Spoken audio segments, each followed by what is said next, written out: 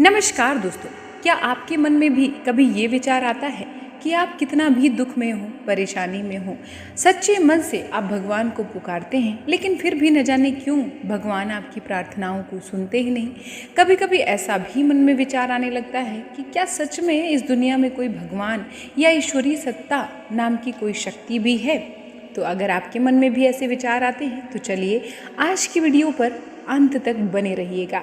हम इस वीडियो में बात करेंगे कि किस तरह से जब हम सच्चे मन से भगवान को पुकारते हैं तो वे दौड़े चले आते हैं और हमारी पुकार ज़रूर सुनते हैं। दोस्तों, भगवान को भी ना अपनी एक सच्चे भक्तों की उतनी ही ज़रूरत होती है जितनी हमें भगवान की ज़रूरत होती है। तो चलिए आज हम जानते हैं कि अगर आपके जीवन में किसी चीज़ का अभाव है तो उसकी जगह भगवान का भाव प्रकट करके आप जीवन से उसकी कमी को दूर कर सकते हैं और आपकी परेशानी बहुत जल्दी खत्म हो जाएगी। तो दोस्तों, आज मैं बात करने वाली हूँ बरसाना गांव में एक सेठ की बेटी बनकर आई खुद राधा रानी के बारे में। दोस्तों, एक बार की बात है, बरसाना गांव में एक सेठ रहते थे जो बहुत ही धनी थे। उनके 3 पुत्र थे लेकिन उनकी कोई पुत्री नहीं थी। कुछ समय पश्चात उनकी पत्नी का देहांत हो गया और सभी पुत्रों की शादी हो गई।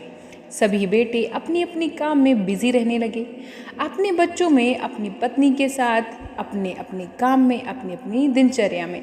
सेठ जी के दिल की बात सुनने वाला कोई नहीं था। सेठ जी को तो इस बात का शुरू से ही दुख था कि उनकी कोई बेटी नहीं है, लेकिन अब जब उनकी पत्नी की मृत्यु हो गई तो उनको ये दुख और सताने लगा। वो इस बात को लेकर और परेशान रहने लगे कि उनकी अगर कोई पुत्री होती तो वो उससे अपने मन की बातें शेयर करते। दोस्तों, एक दिन एक महान पंडित उनके घर आए और उन्होंने उन्हें दुखी देकर उनसे पूछा कि तुम्हें किस बात की परेशानी है, क्यों दुखी हो। तो उन्होंने अपनी दुख का कारण पंडित जी को बताया कि मेरी कोई पुत्री नहीं है और इस वजह से मुझे अपने जीवन में अभाव महसूस होता है। अगर मेरी कोई पुत्री होती तो मेरे जीवन में कोई दुख नहीं होता। जब ये बात उन्होंने पंडित जी को बताई तो पंडित जी ने उन्हें कहा कि अभी भी परेशानी की कोई बात नहीं है। अगर तुम चाहते हो कि तुम्हारी कोई पुत्री हो तो तुम साक्षात राधा रानी को अपनी पुत्री मान लो। हमारे जीवन में जिस चीज़ की कमी होती है उसको भगवान ही पूरा कर सकते हैं। परेशान होने से कुछ नहीं होगा, इसलिए तुम राधा रानी को अपनी बेटी मानो और उनसे अपने दिल की बातें किया करो। देखना, तुम्हें ये अभाव कभी नहीं सताएगा। सेठ को पंडित जी की ये बात बहुत अच्छी लगी और वो रोज़ ऐसा ही करता। राधा रानी की मूर्ति लेकर आता है और प्रतिदिन भोजन करने से पहले राधा रानी को भोग लगाता है, फिर खुद भोजन करता है और सोने से पहले राधा रानी के साथ खूब बातचीत करता है। ऐसे ही करते करते वो दिल से राधा रानी को सच में अपनी बेटी मानने लगा। वो भूल ही गया कि उसकी कोई बेटी नहीं है। उसे राधा रानी की मूर्ति को देखकर ऐसा लगता कि वो सच में उसकी पुत्री ही है। वो बहुत दिल से उन्हें अपनी पुत्री मानने लगा। जब तक वो उनसे बात न करता, उन्हें भोजन नहीं खिला लेता, उसका मन नहीं लगता और वो बात करता तो उसे मन को बहुत संतुष्टि मिलती, जैसे उसे पता नहीं क्या मिल गया हो। तो दोस्तों, एक दिन सेठ के घर एक चूड़ी बेचने वाली मनिहारिन जो उसकी बहुओं को चूड़ियाँ पहनाकर जाया करती थी, एक दिन चूड़ी बेचने उसके घर आती है। उसने सेठ की बेटे के 3 बहुओं को चूड़ी पहनाई। उसके साथ जब सेठ की बहुएं चूड़ी पहनकर चली गईं तो उसके सामने एक कन्या आई। उसने कहा कि मुझे भी चूड़ियाँ पहना दो।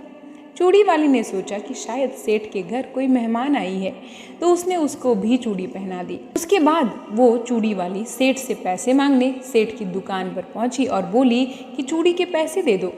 उसने पहले से अधिक पैसे मांगे तो सेठ ने कहा कि तुमने चूड़ी का दाम बढ़ा दिया है क्या। तो उसने कहा, नहीं, मैंने चूड़ी का दाम तो नहीं बढ़ाया, लेकिन मैं आज 4 लोगों को चूड़ी पहना कर आई हूँ। उसने कहा, मेरे घर तो 3 ही बहुएं हैं। लेकिन मनिहारिन ने कहा कि नहीं, आज मैंने 4 लोगों को चूड़ी पहनाई है। सेठ ने कहा कि तुमसे लगता है कोई गलती हो गई है, मेरे घर पर चूड़ी पहनने के लिए तो बस 3 बहुएं हैं और उन तीनों के ही पैसे तुम्हें मुझसे लेने चाहिए।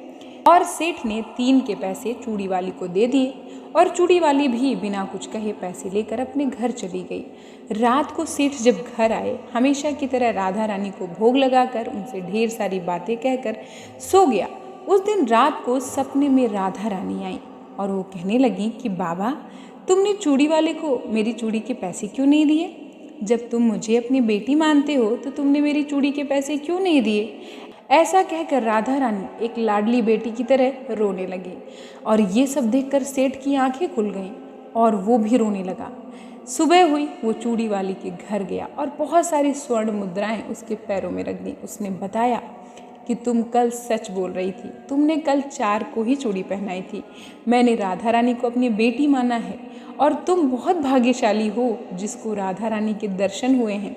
मैं तो उनके दर्शनों को इतने दिन से तड़प रहा हूँ, लेकिन तुमने एक बार में ही उनके दर्शन कर लिए।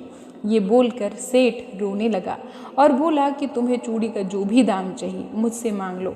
ये सुनकर मनहारन की आंखों में भी आंसू आ गए और उसने मन में सोचा कि जब मुझे खुद राधा रानी के ही दर्शन हो गए हैं तो मुझे इससे ज़्यादा क्या चाहिए।